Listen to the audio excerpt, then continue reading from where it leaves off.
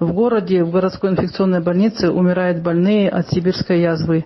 Нигде мясо не покупать. Интернет аркылуу Сибир жарасы жөнүндөгү маалыматтар тарап, илдетке чалдыккандар ооруканага түшкөнү тууралуу аудио жазуулар жөнөтүлүүдө. Анда күйдүргү менен ооруган малдын эти Кыргызстандын базарларына чыгып кеткени айтылып, элди эт албоого чакырыктар орун алган. Дүрбөлөңгө салган бул маалымат чындыкка кошпойт дейт Саламаттыкты сактоо министрлигинин өкүлдөрү. Алардын айтымында быйыл жыл башынан бери өлкөнүн түштүгүндө 3 адам Сибир жарасына кабылган. Андан кийин жаңы фактылар болгон эмес. Зарегистрировано 3 случаев заболевания сибирской язвы. Коркуунун кереги жок, тарап жаткан маалымат чындыкка жатпайт. Ага ишенбегиле. Акыркы 5 жылда 49 учур катталып, бирок Сибир жарасынын айынан эч ким каза болгон эмес. Ошентсе да алдын алуу үчүн элди эт продукцияларын сатып алууга ветеринардык күбөлүк талап кылууга чакырат элек. Өткөн жумада Казакстандын кээ бир аймактарында малдын этинен күйдүргү табылып, анын кесепетинен 10 адам ооруканага түшүп, 2 каза болгон. Мындан улам Сибир жарасы чыккан айылга карантин киргизилген. Деген менен Кыргызстан кошмо мамлекеттен келген эт азыктарда тыюу салган жок. Анткени катталган жер Кыргызстандан 1000 чакырым алыстыкта жайгашкандыктан өлкөгө анын коркунучу жок дешет тиешелүү адестер.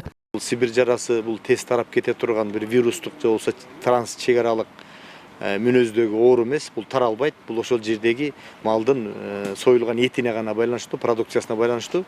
Ал эми ошол казак коллегалар маалыматтарды жиберип атат, ал жеринде бул жугуштандырылды. Ал эми бизге Кыргызстанга тараган маалымат бул өтө таң калыштуу, бизге эч кандай тиешеси жок.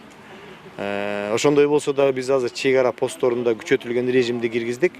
Ветеринардык карантиндик посттор болсо Казакстандан келген мал чарба продукцияларын, деги эле башка өлкөлөрдөн келген мал чарба продукцияларын азыр көзөмөлгө алууну күчөттү. Ветеринардык жана фитосанитардык коопсуздук боюнча инспекциясы Кыргызстандын чек арасында күчөтүлгөн тартипке өткөнү тууралуу Евразиялык экономикалык комиссиясына жана казак кесиптештерине кат жөнөткөн. Анткени техникалык регламент боюнча эскертүү берүү керек. Деген менен кээ бир эксперттер Казакстандан импортталган эт азыктарын Кыргызстанда текшерүүчү тиешелүү ветеринардык лабораториялар жок болгондуктан убактылуу чектөө киргизүү зарылчылыгын айтышат. Картошкадан нематода чыкты дегенде Евразия комиссия айтпай туруп эле Казакстан жаап таштабады. Бизге да айтпай туруп эле.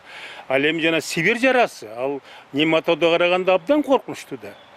Нематода адамдарга зыяны жок. Бирок Сибир жарасынын этин жеген адамдар ооруп калып, ал кеде айыкпай калып атышпайбы? Бул абдан коркунучтуу оору. Адам өтүп кетип атпайбы? Ошондуктан эгерде ошондой чыккан болсо, тияк бияка кайрылып отурбай чек араны жаап туруп, эч кандай эт жана эт продукцияларын бизге өткөрбөш керек. Анан кеңешели карайлы деп атканча өтүп кетсе, анда биздин аймакта Сибир жарасы чыгып калат да, ошо булар күнөөлүү болот. Эң башкысы мындай илдеттен алыс болуу үчүн мал жанды убагында эмдөөдөн өткөрүп, эт сатып алаарда соодагерлерден ветеринардык күбөлүк талап кылуу керек дешет адистер. Маалыматтарга караганда Кыргызстанда Сибир жарасынын 556 эски булактары бар. Ал аймактарда күн сайын алдын алуу иштери жүрүп жатат дешет адистер. Рахат Жанубекова, Владимир Кулбалдиев, НТС.